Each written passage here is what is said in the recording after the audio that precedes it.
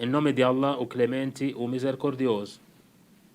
Continuando a nossa aula sobre a apresentação do Islã, agora vamos falar acerca das 5 necessidades básicas no Islã. Estas necessidades são fundamentais para todo ser humano ter uma vida digna.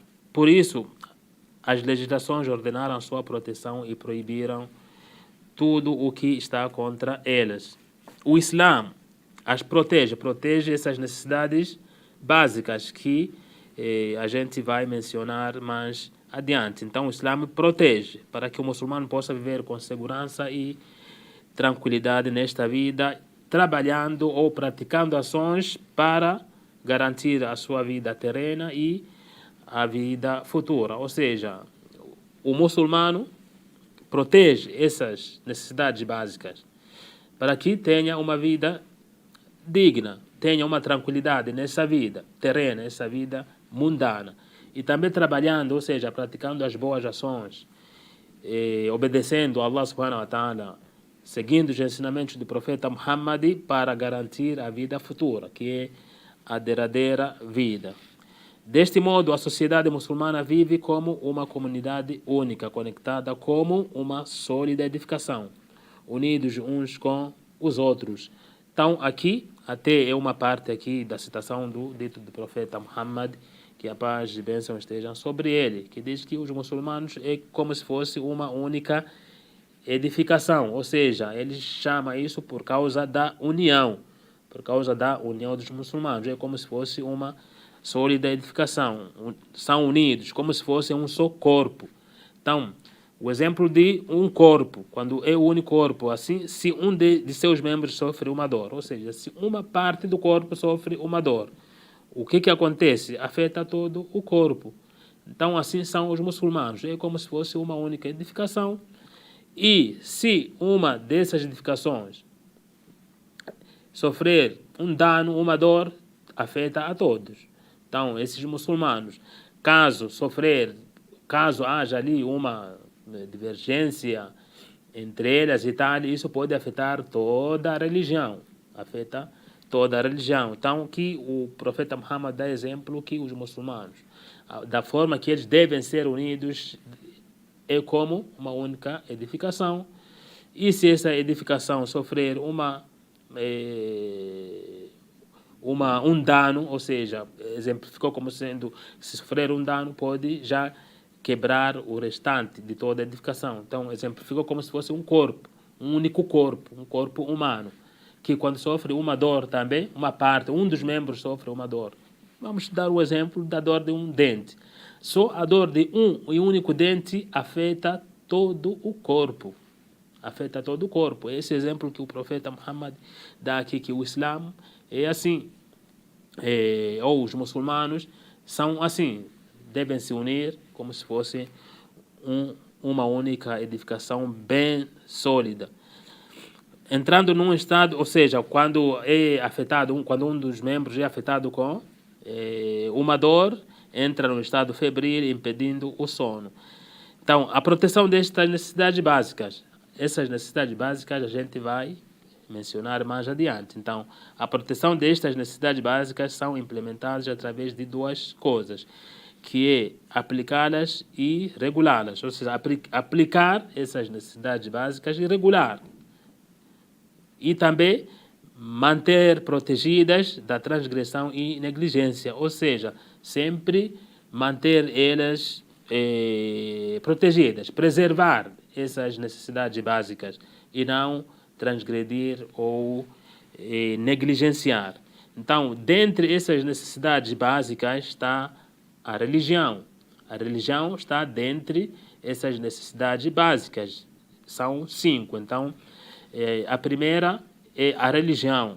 Então, é o assunto mais importante, a razão pela qual Allah criou a humanidade e enviou os mensageiros para que o propagassem e protegessem, tal como disse Allah, o Altíssimo, no Alcorão. Por certo, enviamos a cada comunidade um mensageiro para que exortasse a adorar a Allah e evitar o sedutor. Então, a primeira necessidade básica, a religião. é muito importante, é um assunto muito importante. E é a razão pela qual Deus enviou quem? Os mensageiros. Ou seja, a religião.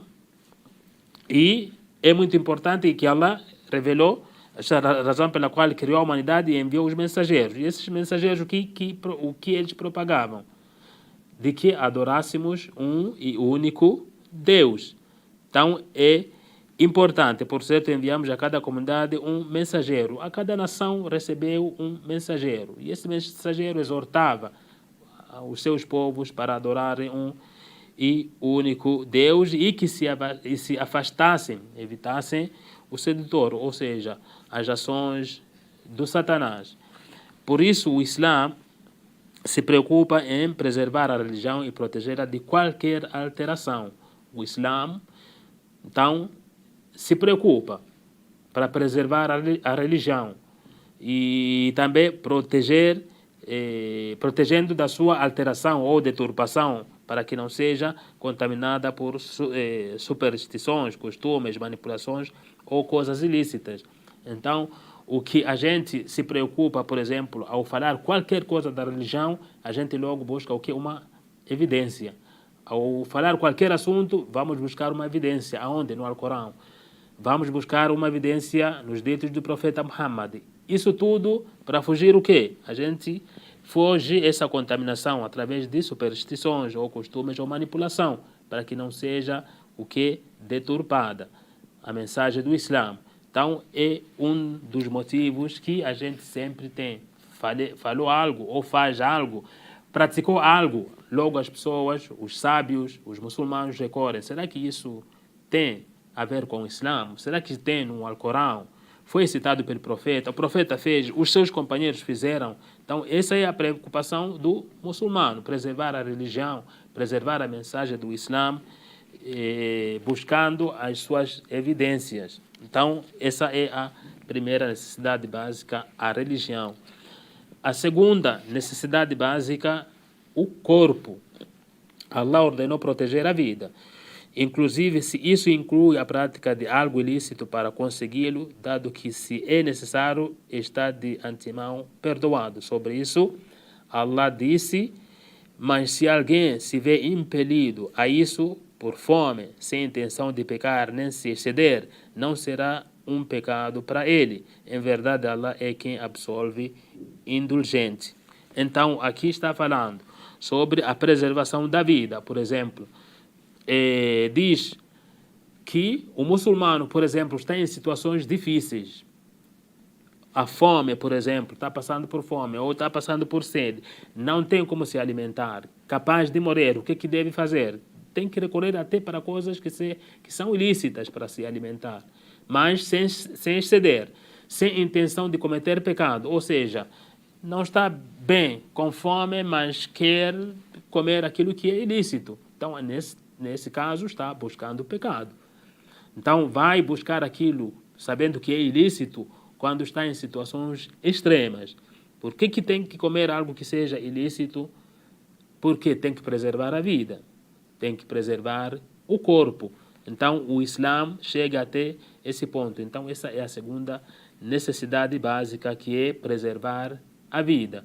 Ou seja, preserva a vida, depois vem o quê?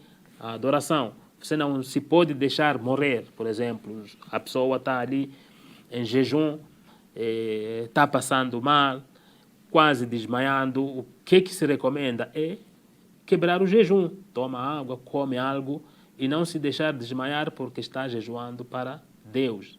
É uma ação para agradar a Deus? Não. Então você ali preserva a vida. Então essa é uma das necessidades básicas. A segunda, preservar a vida. Também proibiu matar ou causar dano.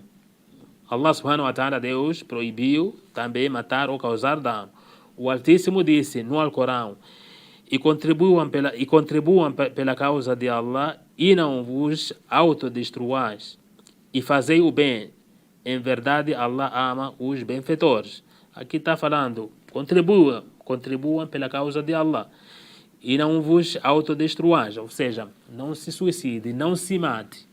Não faça algo que tire a sua própria vida ou tira a vida dos outros e fazer o bem, faça sempre o bem. Então, essa aqui é a ordem de Allah subhanahu wa ta'ala. Em verdade, Allah ama os benfeitores. Deus ama aqueles que fazem o bem. Aqui é um incentivo para a gente ficar bem longe daquilo que são os ataques, daquilo que são destruir alguém, matar alguém, tudo isso é contra. Ou matar a você próprio, se autodestruir, se explodir, tudo isso é contra o Islã. O Islã preserva ou ensina para que a gente preserve a vida. Ou seja, chegou ao ponto de afirmar, digo, o Islã, de que até pode comer ou consumir aquilo que é ilícito. Para quê? Preservar a vida. Então, é uma prioridade, é uma necessidade básica. Por isso, Allah legislou estabelecendo limites e punições, as quais proíbem causar danos às pessoas, seja qual for a religião delas.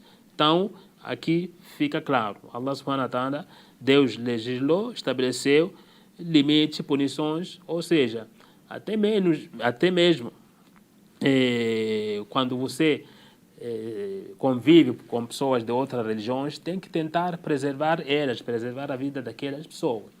Não pode agredir, por exemplo, ou atacar só porque são ou pertencem às outras religiões. Allah disse: ó crentes, está-vos estabelecido a lei de talião em caso de homicídio. Aqui é uma das evidências de que se você vai matar alguém, você também vai ser morto. Isso já é aquela lei do talhão. Se você feriu alguém, você vai ser ferido. Isso tudo para quê? É para se proteger ou preservar a vida, para que as pessoas aprendam que se eu fazer esse mal, eu vou receber também o mesmo mal. Se eu atacar desse e causar danos, você é capaz de também receber a mesma coisa. Então, a pessoa, antes de partir para a agressão, antes de pensar que eu tenho que matar aquela pessoa, ela sabe ou tem que saber que é capaz também de ser morto.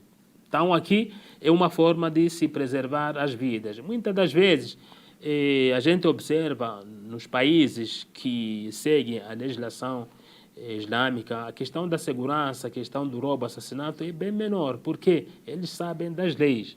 Sabem bem das leis e sabem que se eu fazer isso, esse dano volta para mim. Se eu fazer ou agredir alguém, ou roubar, ou matar alguém, ele sabe o que lhe espera. O que vai acontecer? A pessoa fica longe de cometer qualquer barbárie.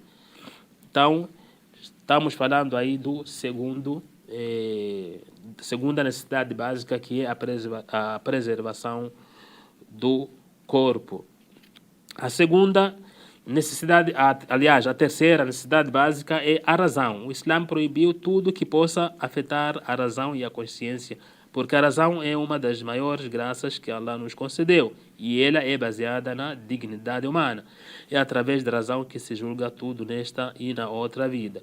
Por esta razão, Allah proibiu todos os tipos de inebriantes e drogas. Allah disse: ó fiéis, as bebidas inebriantes, os jogos de azar, a dedicação às pedras e as adivinhações com setas são manobras abomináveis de Satanás. Evitai-os, pois, para que o prospereis. Então, aqui, a razão. Devemos preservar o nosso juízo. Então, deixar o nosso juízo no lugar. Não destruir através de bebidas alcoólicas ou as drogas. Tudo isso são ações de Satanás. Drogas, bebidas, aí acrescenta-se nesse versículo que é uma das evidências, né? Os jogos de azar, adivinhações, ou seja, ir atrás de um adivinho, querer saber o que vai acontecer, o que não vai acontecer, sabendo que quem sabe do futuro é somente Allah, somente Deus sabe do futuro, ninguém consegue adivinhar algo, somente Allah sabe do futuro. Então, esse conjunto de ações, incluindo aí as bebidas alcoólicas, são ações de Satanás. São coisas que podem destruir o quê? O nosso juízo. Temos que preservar o nosso juízo. Então, esse é o terceiro,